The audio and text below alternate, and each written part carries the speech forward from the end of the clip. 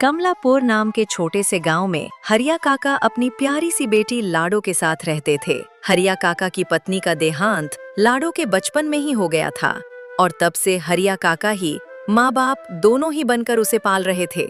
उनकी बच्ची के अलावा उनका इस दुनिया में कोई भी नहीं था और उसी गांव में ही हरिया काका अपना बिरयानी का ठेला चलाते थे। एक दिन हरिया काका रोज की तरह अपना छोटा सा ठेला लेकर चौराहे पर पहुंच गए।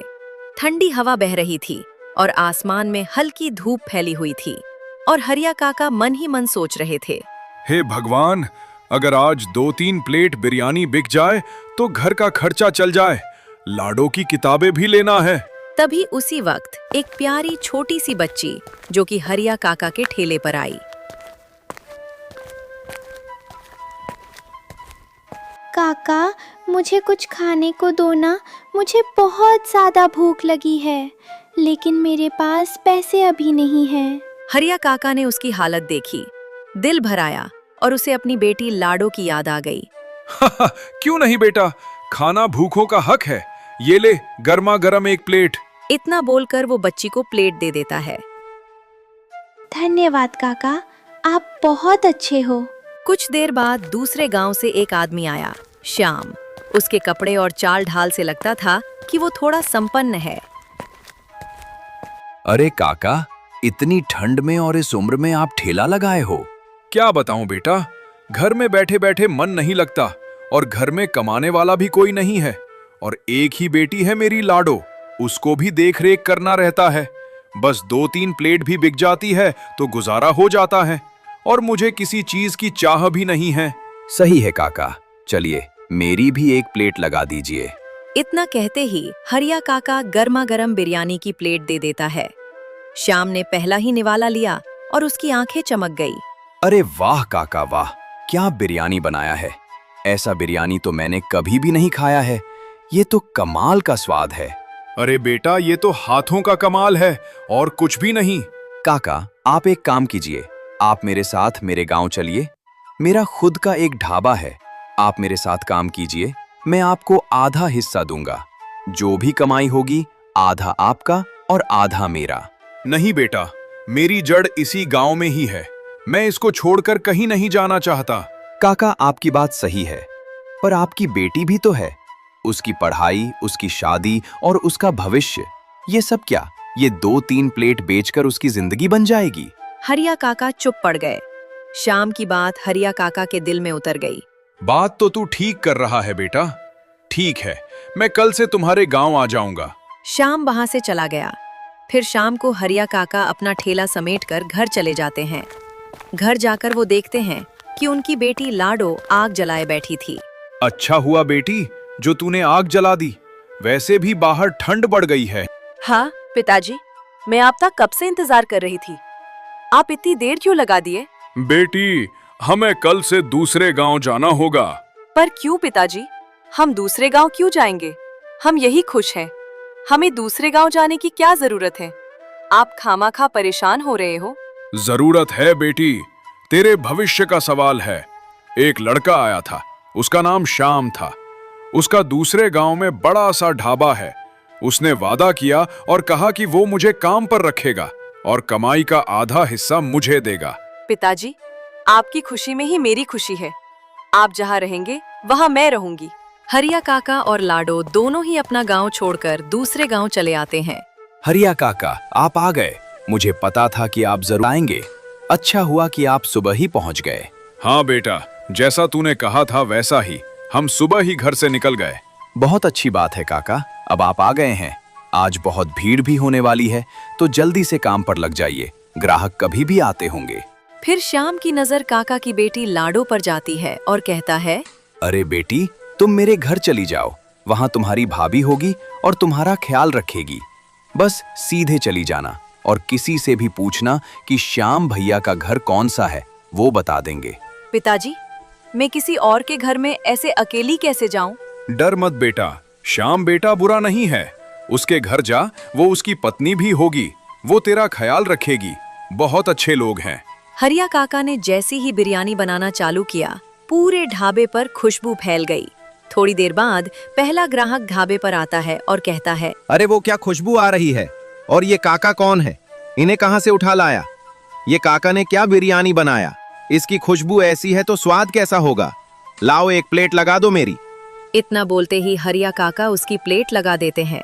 ग्राहक जैसे ही पहला निवाला अपने मुंह में रखता है, वो हैरान हो जाता है और कहता है, अरे वाह, ऐसी बिरयानी तो मैंने कभी भी अपनी जिंदगी में नहीं खाई है। इसके चावल के दाने मुंह में जाते ही फिसल जा रहे हैं। हाँ भाई, काका के हाथ में तो जादू है, जादू। अरे काका, अब से मैं यही खाने आया करूंगा। और हाँ श्याम भाई, हो सके तो तुम आधी दुकान ये काका को ही दे दो। बिरयानी की खुशबू से धीरे धीरे ढाबे पर लोग बढ़ रहे थे। अरे भाई, क्या महक आ रही है, एक प्लेट मेरे लिए लगा दो। शाम होते होते पूरी कढ़ाई खाली हो गई थी। आज का दिन उनके लिए खास हो चुका था और उनमें नई उम्मीदें जाग उठी थीं। वो दोनों अपना ढाबा बंद करके घर चले गए। बेटा श्याम, आज मेरा पहला दिन था और बहुत अच्छी कमाई हुई। तेरे वादे के हिसाब से मेरे आधे पैसे निकाल दे, जैसा तूने कहा था, आधा तेरा आधा मेरा। हरिया काका की बात सुनकर श्याम का चेहरा मुरझा जाता है और मन में सोचने लगा, अरे हरिया काका के बिरयानी में तो सच में जादू है। अगर आज मैंने पैसों की इधर उधर या हेरा फेरी की तो कहीं ये नाराज होकर अपने गांव न चले जाएं। काका, मैं अभी आपके पैसे निकाल ही रहा था, मैं अभी लेकर आता हूँ। पैसे देते समय श्याम के हाथ में कपकपी थी और वो पैसे दे देता है। धन्यवाद बेटा, भगवान तेरा भला करे। आज पहली बार ऐसा लग रहा है कि मेरी बेटी लाडो का भविष्य बन जाएगा। वो सब ठीक है, लेकिन कल हमें और भी सुबह उठना होगा, सुबह सुबह बिरयानी बनाने के लिए। अगर आज की तरह भीड़ हुई तो पूरा गांव हमारे ढाबे की तरह भागा चला आएगा। अगले दिन सुबह सुबह ठंड और भी ज्यादा हो गई थी। कढ़ाई से उठती भाप और खुशबू और भी तेज थी। ढाबे के चारों तरफ बस बिरयानी की ही महक आ रही थी। लोग ठंड में कांपते हुए भी बिरयानी खाने आते हैं। अरे भाई, जल्दी एक प्लेट लगा दो। इतनी ठंड में बस काका की गर्मा गर्म बिरयानी ही बचा सकती हैं। आज तो और भी ज्यादा महक आ रही हैं। वो दोनों काका की बिरयानी खाकर चले जाते हैं। इतनी देर में रोज का ग्राहक किशन वहाँ पर आता है और कहने लगा, काका, मैं आज फिर आ गया। आपकी हाथ के बिरयानी के लिए तो मैं इस ठंड में रोज यहाँ पैदल आऊं। अरे बेटा, तू इतनी दूर से यहाँ सिर्फ मेरी बिरयानी खाने आता है? अरे हाँ काका, आपकी बिरयानी में ऐसा जादू है कि मुझे रहा नहीं जाता। मैं अपने आप यहाँ खींचा चला आता हूँ। शुक्रिया बेटा, मुझे बहुत अच्छा लगता है कि तू यहाँ सिर्फ मेरी बिरयानी खाने आता है। इसमें शुक्रिया की कौन सी बात काका? आपकी बिरयानी इस ठंड में मेरे लिए दवा का काम करता है। वाह श्याम भैया, अपने अच्छा किया है इन्हें लाकर। ये बात सुनकर श्याम में मन में तकरार आ गई। वो अंदर ही अंदर जल उठा और मन में ही बोलने लगा, हर कोई काका काका कर रहा है। अरे ढाबा किसका है, नाम किसका है, मुनाफा किसका होना चाहिए। अब तो मैंने भी बिरयानी बनाना सीख लिया है, तो इस बूढ़े की क्या ही जरूरी है। आज रात ही इसे निकाल दूंगा, पूरी कमाई मेरी होगी। पूरा दिन अच्छे से कमाई होती है। हर प्लेट की तारीफ एक ही नाम से शुरू और खत्म हो रही थी। शाम होते ही दोनों अपने घर जाने लगे। काका, आज अच्छी कमाई हुई है, ये लो अपने पैसे। बस ऊपर वाले की मेहर है जो आज अच्छा दिन गया। और हाँ, कल से आपको काम पर आने की जरूरत नहीं है। क्या क्या कहा बेटा, मैं काम पे ना आऊं? क्या कहने का मतलब क्या है? मुझसे कुछ गलती हो गई क्या? गलती व गलती कुछ नहीं, बस मैं बिरयानी बनाना सीख गया हूँ तो मुझे आपकी जरूरत नहीं है। जब मुझे खुद ही आने लगा है तो मैं आपको काम पर क्यों रखूं? अब सारी मेहनत और सारी कमाई सिर्फ मेरी होगी। आपसे ढाबा सिर्फ मैं ही चलाऊंगा। लेकिन बेटा, तू मुझे मेरे गांव से यही कहकर लाया था कि हम साथ में आधा आधा मिलकर कमाएंगे, और तूने वादा किया था कि कमाई में से आधा मेरा होगा और आधा तेरा। तो अब क्या हुआ? हाँ काका, वादा किया था, लेकिन अब मेरा इरादा बदल गया है। अब आप अपने गांव चले जाइए, मैं अकेले ही अब अपना ढाबा चलाऊंगा। अब आप कुछ भी नहीं कहेंगे और कल से आप और आपकी बेटी दोनों यहां से चले जाइए। ठीक है, मैं चला जाऊंगा। अब तेरे मन में लालच आ गया है तो क्या कर सकता हूं। लेकिन एक बात याद रखना, खाना बनाने का तरीका खाली देखने से नहीं आता है, उसकी कला हाथों के जादू में होता है, और वो किसी लालची आदमी के हाथों में नहीं टिकता है। इतना कहकर वो और उनकी बेटी लाडो अंधेरा होने से पहले ही वहां से चले जाते हैं। अगली सुबह शाम बड़े जोश में ढाबा खोलता है। आज देखना, लोग मेरी भी बिरयानी के दीवाने हो जाएंगे। काका समझते क्या थे कि वहीं बस अच्छी बिरयानी बना सकते हैं। इतनी देर में एक ग्राहक आता है और कहता है, अरे श्याम भाई, लगाओ एक प्लेट बिरयानी गर्मा गर्म, ठंड में खाने का मजा ही आ जाएगा। ग्राहक जैसे ही एक निवाला अपने मुंह में लेता है, उसका चेहरा तुरंत बिगड़ जाता है। ये बिरयानी है कि उबला हुआ चावल? स्वाद कहाँ है? मसाला कहाँ है? मांस कहाँ है? एक पल को उसे बुरा लगता है। क्या बात कर रहे हो भाई?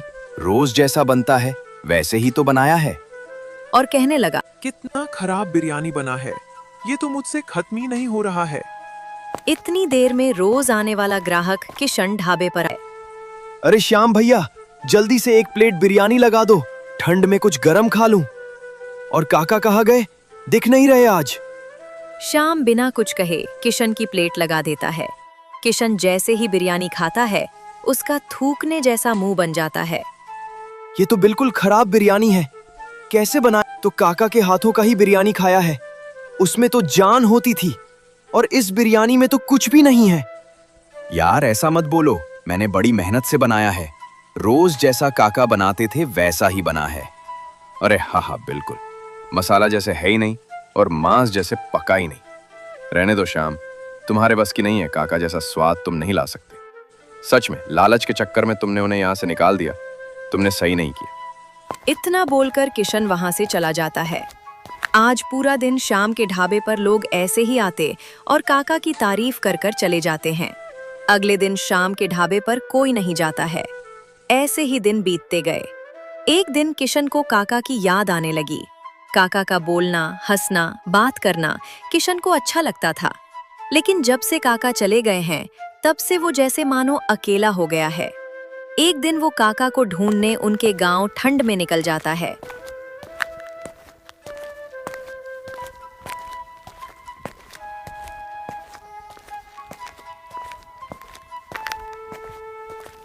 अरे काका, आप ये क्या कर रहे हो? आपकी बहुत याद आ रही थी, इसीलिए मैं आपसे यहाँ मिलने चला आया। आपने ढाबा क्यों छोड़ दी? क्या बताऊं बेटा, श्याम ने मुझे धोखा दिया है। श्याम मुझे ये बोलकर अपने गांव लेकर गया था कि हम साथ में मिलकर काम आएंगे और कमाई का आधा हिस्सा हो मुझे देगा और आधा हिस्सा वो लेगा। लेकिन उसने मेरे साथ धोखा किया। अब उसके मन में लालच आ गया। सोचा था मेहनत कर लूंगा, गुजारा हो जाएगा। लेकिन जैसी है कमाई पड़ी, उसकी नीयत बिगड़ गई। काका, श्याम ने आपके साथ अच्छा नहीं किया। लालची इंसान था वो। लेकिन हाँ, एक बात और है, किसी के देखने से खाने को बनाया नहीं जा सकता। वो तो हाथों का जादू होता है जो किसी खुदगर्ज आदमी को नहीं मिल सकता। बेटा, अब मेरे पास कुछ भी नहीं बचा। न ठेला है, न बर्तन है और ना ही पैसे। अब मैं कहाँ से शुरू करूं? अब थोड़े ही पैसे बचे हैं। सोच रहा हूं बेटी की शादी कर दूं। अब मेरी उम्र भी बीत जा रही है, क्या पता कब मैं मर जाऊं। काका, आपने मुझे अपने बेटे की तरह रखा है, लेकिन अब मेरा फर्ज है कि मैं आपकी मदद करूं। मैं तेरे ऊपर बोझ नहीं बनना चाहता। तेरे भी कुछ सपने होंगे। मैं नहीं चाहता कि तुम मेरी वजह से परेशानी उठाओ। नहीं काका, आप मेरे ऊपर बोझ कैसे बन सकते हैं? आप तो मेरे पिता के समान हैं। और रही सपनों की बात, तो मेरा एक ही सपना है कि आप अपनी फिर से बिरयानी की दुकान खोलें और आपकी बेटी की शादी धूमधाम से हो। तू सच कह रहा है बेटा? क्या वाकई में ऐसा हो सकता है? हाँ काका, ऐसा हो सकता है। आप बनाइएगा और मैं ठेले पर बेचूंगा। हम साथ में काम करेंगे और खूब कमाएंगे। और आपका सम्मान सबसे पहले होगा। कसम से, हम कभी भी अलग नहीं होंगे। हम एक टीम जैसे रादरेंगे। किशन की बात सुनकर काका के चेहरे पर मुस्कान आ जाती है और वो उसके साथ मिलकर ठेला खोल देते हैं। सुबह सुबह गांव की गलियों में मसाले और बिरयानी की महक फैलने लगी थी। तभी एक ग्राहक काका के ठेले पर आता है। अरे काका वाह, आप फिर से ठेला लगाने लगे? हम तो समझने लगे थे कि अब कभी भी आपकी बिरयानी खाने को नहीं मिलेगी। मैं यहाँ से कहाँ जाऊँगा बेटा? बस जिंदगी ने थोड़ी परीक्षा ली थी, अब फिर से वापस आया हूँ। अब रोज ही गरम गरम बिरयानी खिलाऊंगा। ग्राहक पहला निवाला खाते ही खुश हो जाता है और कहने लगता है, अरे वाह, वही पुराना जादू वाला स्वाद। आपका बिरयानी खाकर ऐसा लगता है मानो मैं स्वर्ग में आ गया हूँ। इतना कहकर वहां से चला जाता है। काका का ठेला कई महीने से बहुत ही अच्छा चल रहा था। किशन भी काका की तरह प्यार और सफाई से बिरयानी बनाना सीख गया था। एक दिन काका की तबीयत खराब हो गई और वह बिस्तर पर लेटे थे। किशन काका को देखकर घबरा जाता है और कहता है, काका क्या हुआ? आप इस तरह बिस्तर पर क्यों लेटे हैं? तबीयत सही नहीं है क्या? डॉक्टर को बुलाऊं? अरे नहीं किशन बेटा, मुझे लगता है मेरी उम्र का वक्त पूरा हो रहा है। बस कुछ बात है जो मैं तुझे कहना चाह रहा हूँ। अरे काका ऐसे मत कहिए, आपको कुछ नहीं होगा। कहिए, आप क्या कहना चाह रहे हैं? आपकी आज्ञा का पालन जरूर होगा। बेटा तेरे ऊपर एक बड़ी जिम्मेदारी छोड़कर जा रहा हूँ। मेरी बेटी लाडो, उसका मेरे अलावा इस दुनिया में अब कोई नहीं है।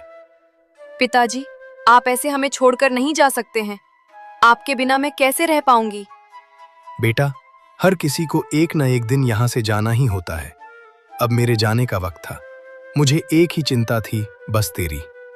किशन जैसा लड़का मैंने बहुत ही काम देखा है, सीधा, समझदार और मेहनती।